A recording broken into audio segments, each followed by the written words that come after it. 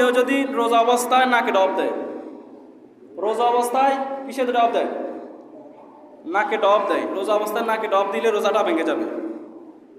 এর দলিল কি? দলিল হলো তিরমিজি শরীফের বর্ণনা। আল্লাহর হাবিব সাল্লাল্লাহু আলাইহি সাল্লাম এক সাহাবীকে বলেছে, হে আমার সাহাবী, আসবিবিল ওযুই, যখন তুমি ওযু করবে, ওয়াখাল্লিল বাইনা আসাবিক, তখন তুমি তোমার নাকের নরম জায়গা পর্যন্ত পানি পৌঁছাবে।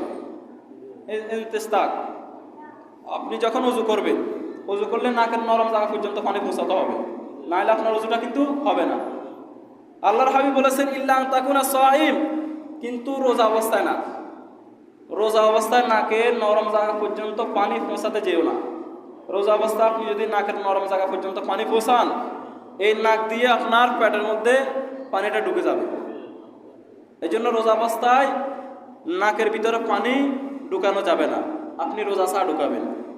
আর কেউ যদি রোজা অবস্থায় নাকের মধ্যে নরম জায়গা পর্যন্ত পানি পৌঁছে দেয়, তার রোজাটা ভেঙে যাবে।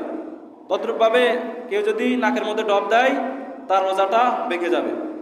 এই জন্য আমরা এই কাজ করবো না, ইনশাল্লাহ বলুন।